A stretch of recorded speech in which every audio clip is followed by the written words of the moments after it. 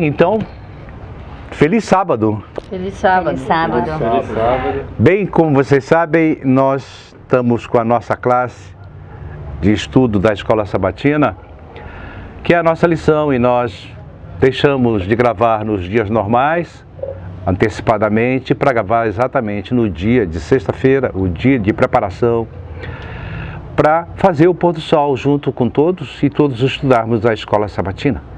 Então vamos lá? Bem, vamos estudar a primeira lição da Escola Sabatina do livro de Salmos. O livro de Salmos é um dos livros da Bíblia dos mais lidos e de orações. Então chegou a hora de aprender como devemos ler e compreender o livro de Salmos. Bem, este é o canal El Mensageiro, @ElMensageiro, em letras minúsculas, tá? E tudo junto. Se você não é inscrito, se inscreva, compartilhe com seus amigos, com a sua família. É importante que este vídeo chegue a mais pessoas, para que mais pessoas possam aprender a Bíblia Sagrada. Isso é muito importante. Bem, antes de entrarmos na lição, como de costume, nós sempre vamos fazer uma oração, que isso é normal. Então, se você puder, curve sua fronte e vamos orar. Senhor eterno Deus que estás nos céus, santificado seja o vosso nome. Obrigado, Senhor, por mais um sábado que chegou, menos um sábado para a sua chegada, pois nós temos a grande esperança de sua vinda. Senhor, nós estamos estudando aqui, junto com a minha família, a Escola Sabatina. Por favor, que Deus, o Espírito Santo, nos ajude, nos ensine, e aquele que estiver assistindo também possa compreender. Nós te pedimos, em nome de Jesus. Amém. Amém. Bem, então, vamos para a nossa lição na parte de sábado. Bem, eu vou fazer um pequeno resumo, porque seria impossível fazer os 150 salmos em 3 lições. O autor, ele fez um resumo e fez todos os paralelos hebraicos dentro do livro de Salmos. É um autor especial para conseguir fazer isso com o livro de Salmos. Tem que ter muito conhecimento.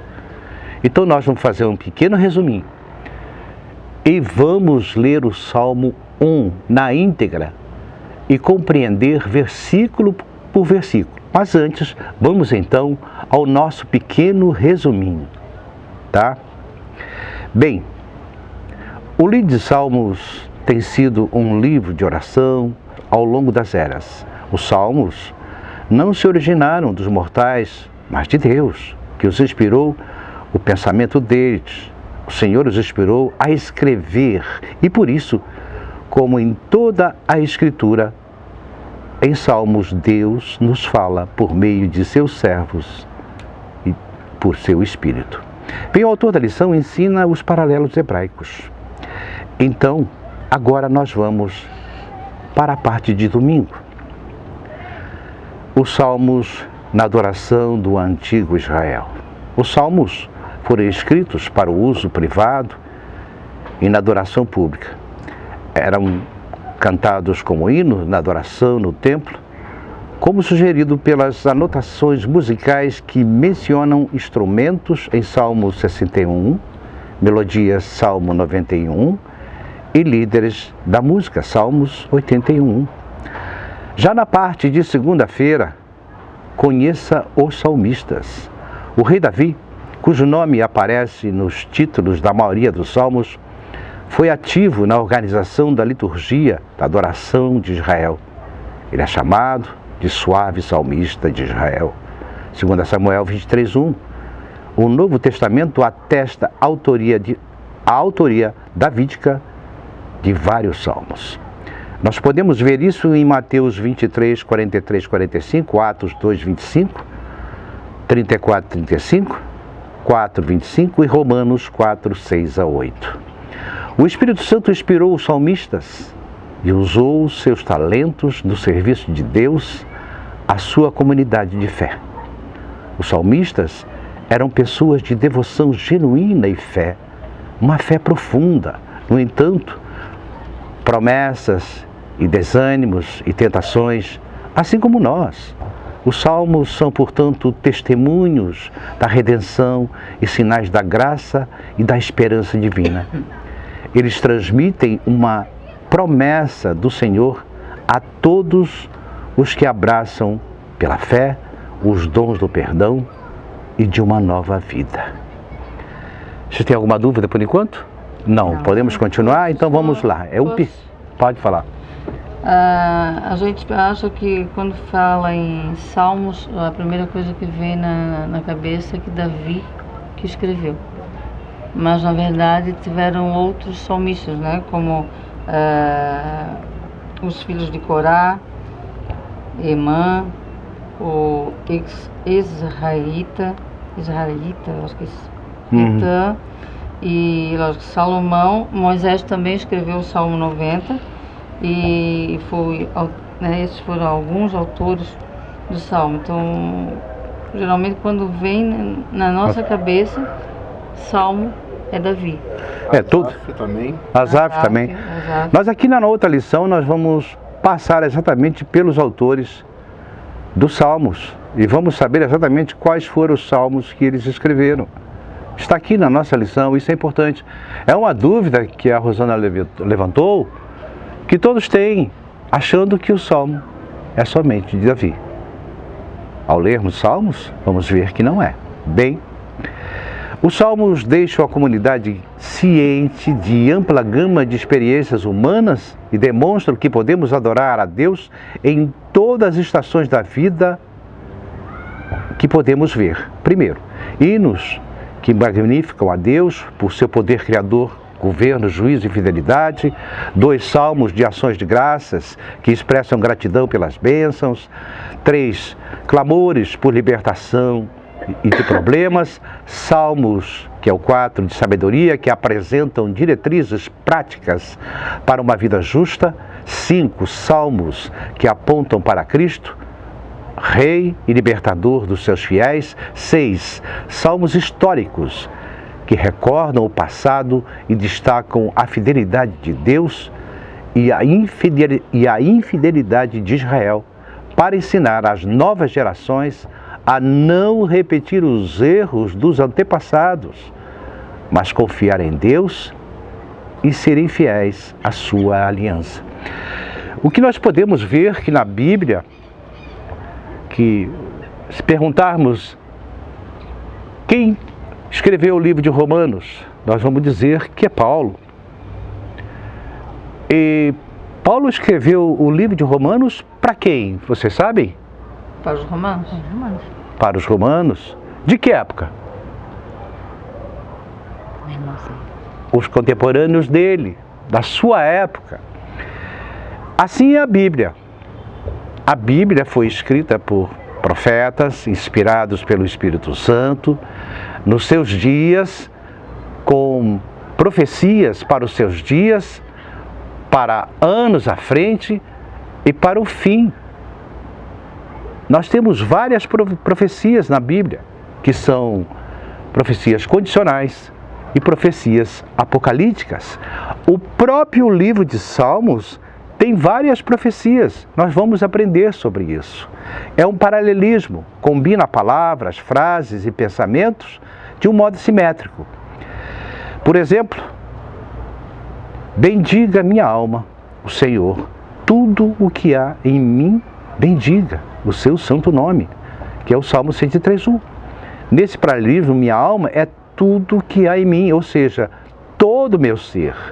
O jogo de palavras emprega um som de palavras para fazer um trocadilho e destacar uma mensagem espiritual. Vamos para a parte quarta-feira, tá? Orações inspiradas. Leia Samuel 23:1-2, Romanos 8, 26, 27. O que esses textos nos ensinam sobre a oração? Os salmos são orações inspiradas e louvores de Israel, assim neles a voz de Deus é misturada com a voz do seu povo. Os salmos assumem a dinâmica de vividas interações com Deus. Os salmistas se dirigem a Deus pessoalmente como Deus meu, ó Senhor, ó meu Rei. Isso nós podemos ver em Salmos 5:2, 84:3.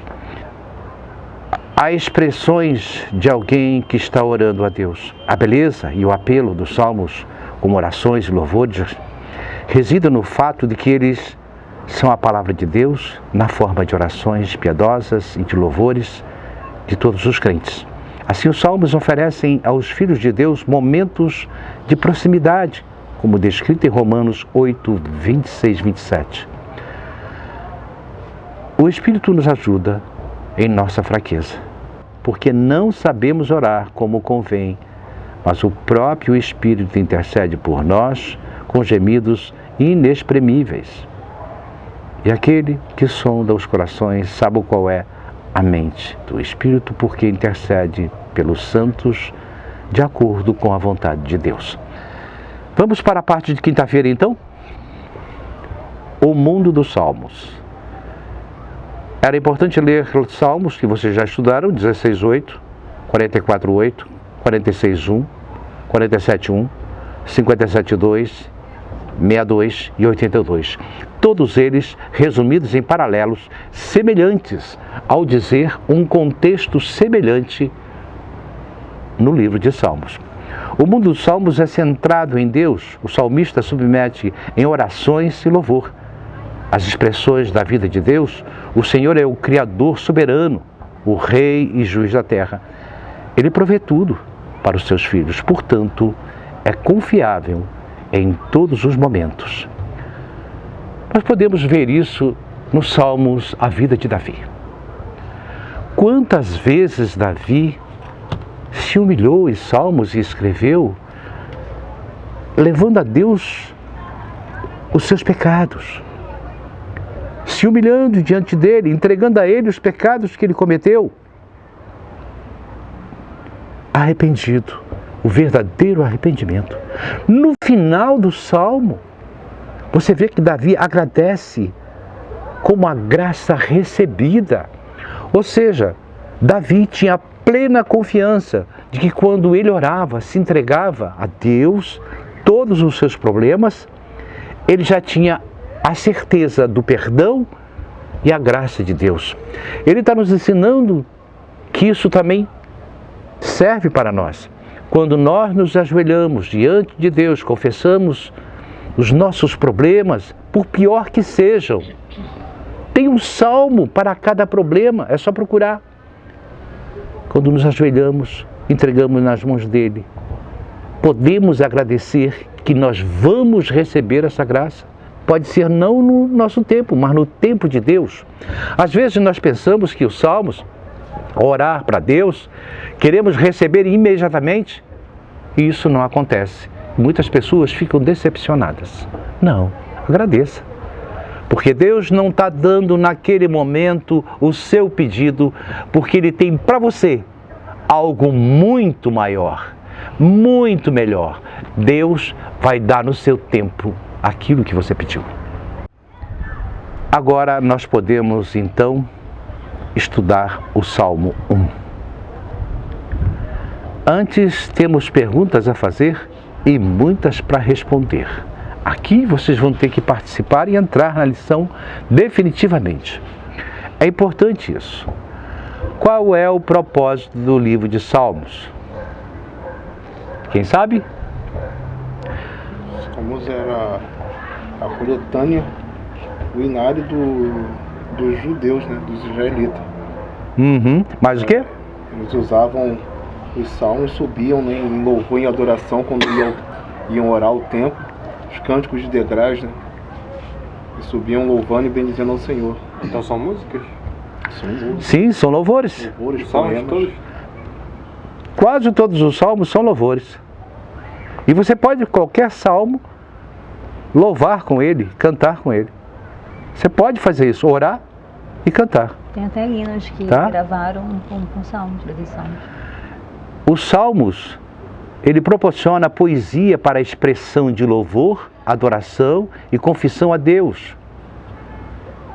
Quais são os seus autores? A Rosana já disse, vocês lembram? Asaf, Moisés, Coré. os filhos de Coré, Davi, Salomão. Então, não está no livro de Salmos, mas Ana também compôs um hino que está lá em 1 Samuel capítulo 2, quando o Senhor concedeu o desejo do coração dela, atentando a oração dando a Samuel. Ela exultou em louvor ao Senhor. É isso mesmo. Então, descrevendo aqui, Davi escreveu 73 salmos, Asafé 12, os filhos de Coré 9, Salomão 2, Ramã junto com os filhos de Coré, Etã e Moisés escreveram cada um. Os salmos 51 são anônimos. O Novo Testamento atribui 2 dos salmos anônimos a Davi, o Salmo 2 e o Salmo 95. Nós podemos ver isso em Atos 4:25 e Hebreus 4:7. Qual foi a data que os salmos foram escritos? Alguém sabe? Peguei todos vocês, né? Foi no ano 1440 a.C., no cativeiro de Babilônia, em 586 a.C. Foi durante todo esse tempo. Os salmos são divididos em quantos livros? Não, está falando, tem... Quantos livros são divididos os salmos? Dentro dos salmos acho que são 4, né? São 5 livros. 5. O primeiro vai de 1 a 41, o segundo vai de 42 a 73, o terceiro de 73 a 79, o quarto de 90 a 108 e o quinto de 107 a 150. Você sabia que o livro de Salmos pode nos ajudar em qualquer situação em nossas vidas? Você sabia disso? Nós já falamos disso aqui agora, nesse instante. Por isso nós devemos estudar os Salmos com toda a atenção, pois no livro de Salmos encontramos a oração perfeita, o salmo perfeito para cada situação. E tem mais. Bem, eu vou colocar aqui na descrição desse vídeo os salmos em que eles são indicados para cada situação que nós passamos na vida. Não daria para botar aqui porque são muitos. Então eu vou colocar na descrição do vídeo o que cada salmo você pode usar nas suas orações. Bem, então nós podemos ler o Salmo 1. Vamos abrir a nossa Bíblia. Ele tem o título: Os dois caminhos, o caminho dos justos e o dos ímpios. Bem-aventurado o homem que não anda segundo o conselho dos ímpios, nem se detém no caminho dos pecadores, nem se assenta na roda dos escarnecedores. Salmo 2. Antes tem tido o seu prazer na lei do Senhor, e na sua lei medita dia e noite. 3. Pois será como a árvore plantada junto à ribeira de águas, ao qual dá o seu fruto no seu tempo. As suas folhas não cairão, e tudo quanto fizer prosperará. 4. Não são assim os ímpios, mas são como a moinha que o vento espalha. 5. Por isso, os ímpios não subsistirão no juízo, nem os pecadores na congregação dos justos. 6. Porque o Senhor conhece o caminho dos justos, porém o caminho dos ímpios perecerá. Bem, então vamos a um resumo do versículo por versículo.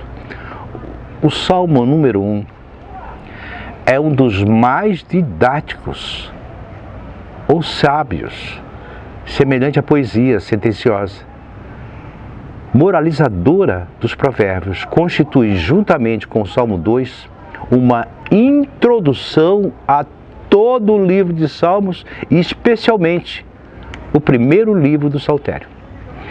Devido ao seu conteúdo, é apropriado que ele receba esse título, Os Dois Caminhos.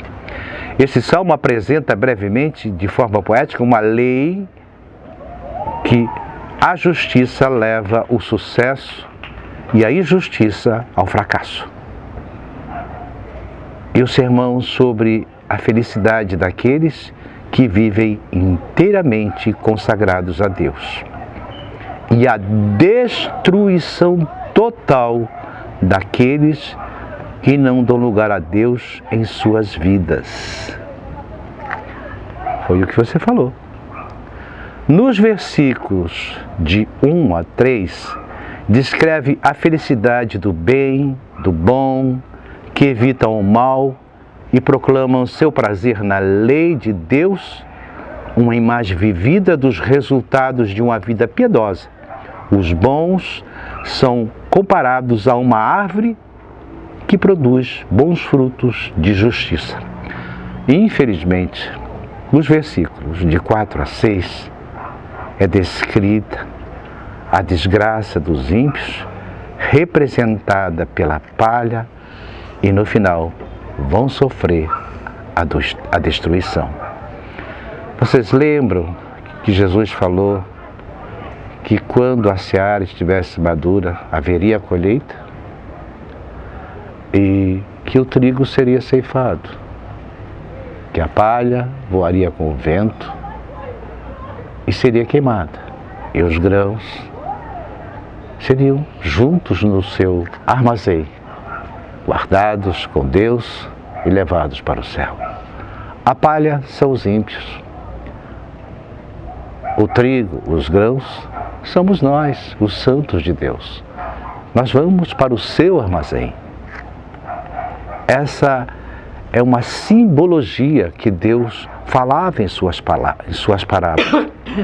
Agora vamos às palavras mais importantes. Abençoado em hebraico, das 26 vezes que este termo aparece no livro de Salmos, se traduz 24 vezes como abençoado e 2 vezes como bem-aventurado. A felicidade inclui bênçãos materiais e espirituais. É resultado de andar no caminho de Deus. Veja bem, toda vez que lemos os Salmos, sempre começa com um pedido, às vezes desesperado, e termina com o quê? Bem-aventurança. Termina com o quê? Com a graça recebida.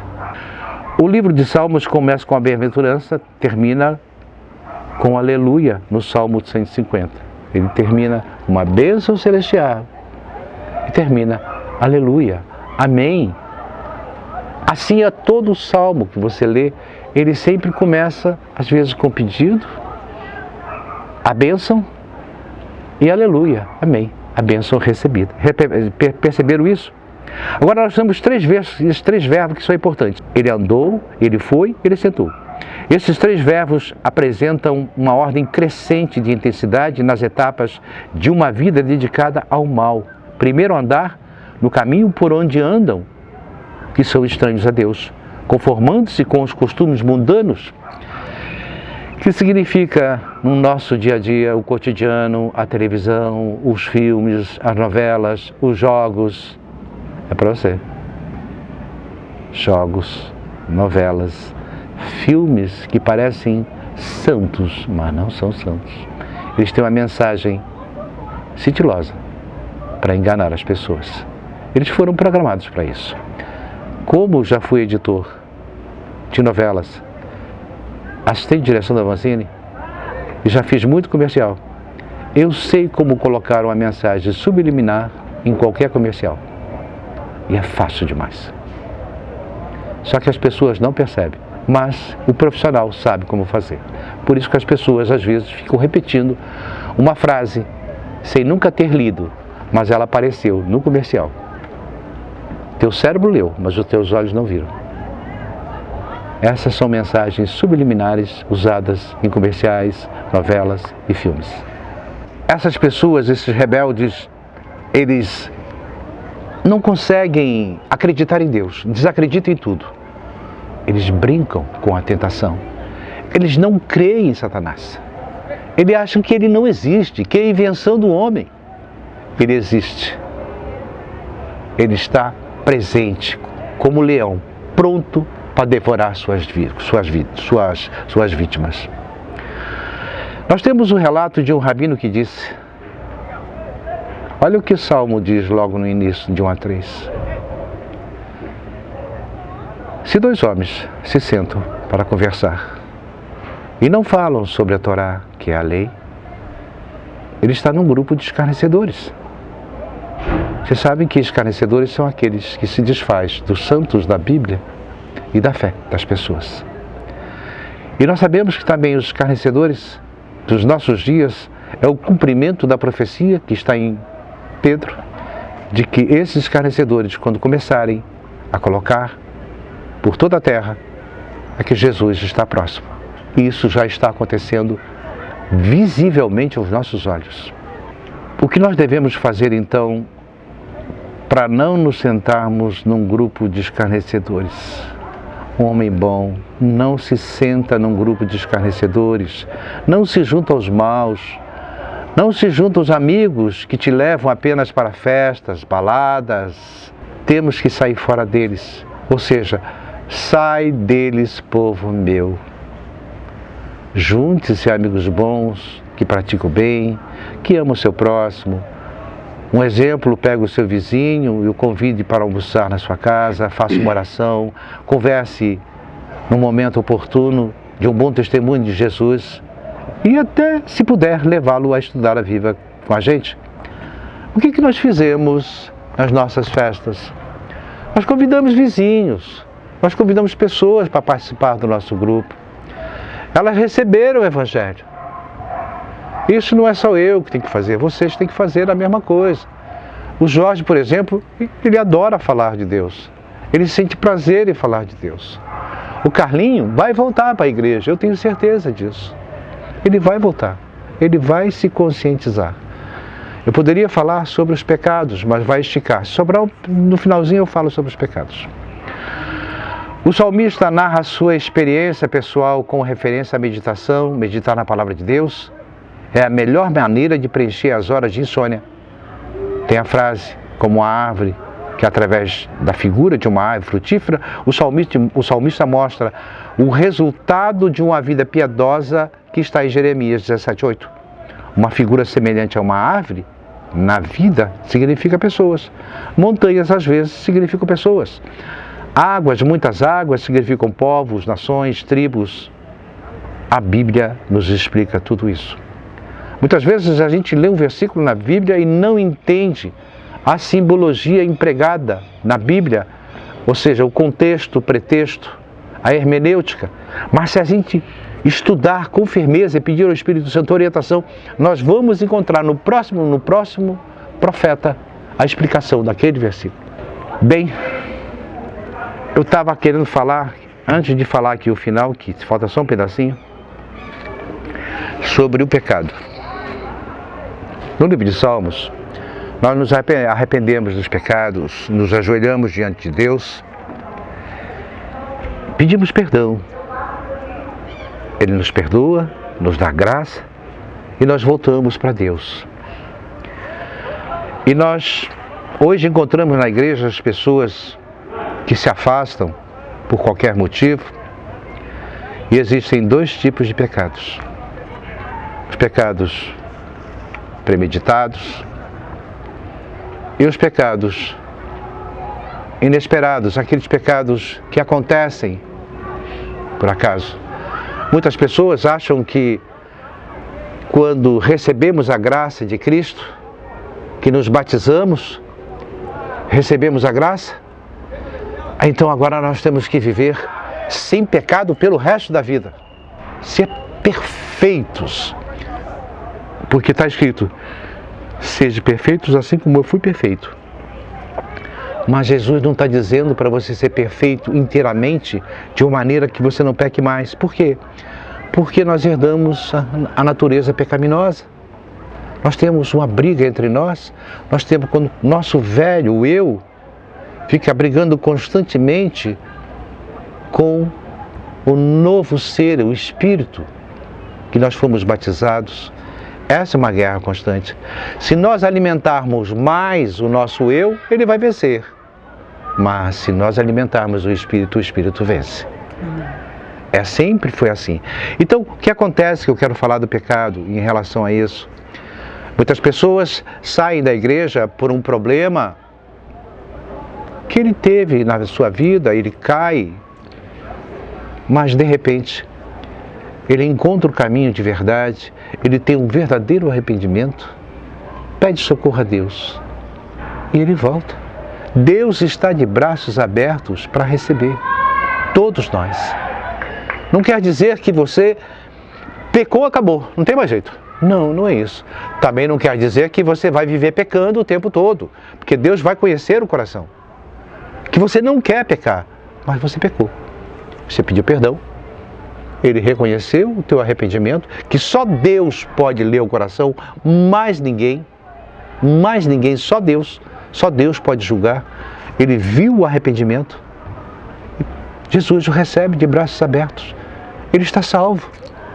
Se eu perguntar para vocês, aqui agora, de repente, ele não foi batizado, nem ela, você foi batizado, nós fomos batizados, vocês têm certeza que estão salvos? Não. Sim. Sim, nós temos certeza que fomos salvos. Eu tenho certeza. Absoluta. No momento que nós fomos batizados, o Espírito Santo desceu sobre nós. Deus disse: este é meu filho e minha filha amada, com quem eu me comprazo. Seu livro foi escrito no livro da vida. Seu nome. E então, você está salva. Você se arrependeu.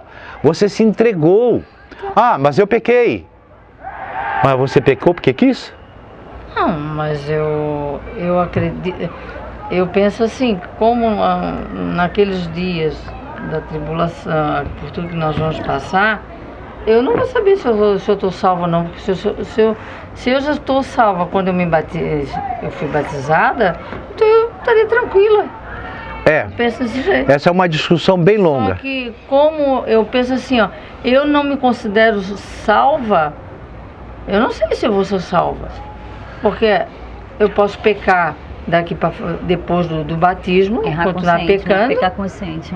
Continuar pecando e naqueles dias, né, que vai acontecer a perseguição, que vai vir como é que é de Jacó, que agora a grande angústia de Jacó. A angústia de Jacó, eu não vou saber se eu vou estar salva. Porque se eu soubesse que eu estou salva desde o momento que eu me batizei, então eu estaria tranquila. São dois momentos diferentes. Ah, pode ser. A pergunta de que você está salvo ou não está salvo, a pergunta te diz o seguinte: até o presente momento, você está salvo? Sim, nós estamos salvos. Absoluta certeza. Nós que fomos batizados, que não praticamos pecados premeditados, que nos arrependemos, que estamos em comunhão com Deus, nós estamos salvos. Sim, nós estamos salvos. Se por acaso eu dormisse agora, eu tenho certeza que eu estaria salvo, assim como vocês. Seria melhor essa assim como vocês. Você tem certeza da sua salvação? Se você morreu hoje, para onde você iria? Agora, se amanhã eu cair em tentação e praticar um pecado premeditado que desagrade totalmente a Deus e não tenha um arrependimento, o que eu estou dizendo para Deus? Eu estou dizendo: Senhor, eu não aceito sua graça, eu não quero. Não estou nem aí. Então eu não estou salvo. Ainda assim, Deus continua de braços abertos. Ele continua de braços abertos. Se você se arrepender verdadeiramente de novo, Ele te aceita e você está salvo. Posso fazer só uma pergunta? Pode. Você falou aí dos pecados premeditados, né? Que você sabe que vai pecar e você peca, né? Se em algum momento a gente cometer um pecado premeditado e aí depois a gente não se arrepender disso, tipo assim, a gente não sente a sensação de arrependimento, remorso, como é que a gente faz para se arrepender disso? Você se ajoelha diante de Deus, confessa o seu pecado diante dele, pede perdão a Deus. Se você pedir perdão a Ele com toda a sua convicção, você é perdoado. Mas ele quer dizer, Pai, que quando ele não se sente culpado por aquilo, ele não sente remorso. É um pecado que ele sabe que está na Bíblia que é condenado, mas ele não sente remorso, ele não acha que aquilo ali seja um pecado. E não se sente mal por isso, entendeu? Ele não se arrepende por aquilo Não que se ele arrepende. fez, ele não vai ser mesmo. Ele não entende aquilo ali como algo... Vai chegar um momento que você vai entender que aquilo é pecado. Vai te constranger. E vai te colocar que aquilo é pecado e você vai se arrepender. Porque você é uma pessoa de bom coração. O que está faltando para você é apenas conhecimento e a luz. Só o fato de você fazer essa pergunta... Só o fato disso você já sente que tem o pecado e que precisa do arrependimento e que Deus está pronto para te perdoar. Vamos encerrar aqui porque já começou a chover. Nós estamos no tempo. Pode estragar o equipamento. Meus queridos irmãos, meditem nos livros de Salmos, estejam em comunhão com Deus, orem. Este é o momento. Aproveite que o Espírito Santo está falando ao seu consciente. Peça para Ele te ensinar, compreender. Eleve seus pensamentos. Entregue tudo nas mãos de Deus. Ele inclinará seus ouvidos, te ouvirá. E a graça virá com toda certeza. Deus nunca falhou, nunca faltou com as suas promessas, porque você é filho e filha de Deus. Ele sempre cuidará de você. Jesus Cristo é o nosso Redentor. E em nome dele, tudo te será dado, pois foram as suas palavras que ele confirmou. Tudo o que pedires ao Pai, em meu nome, te será dado. Amém. Amém. Até o próximo programa.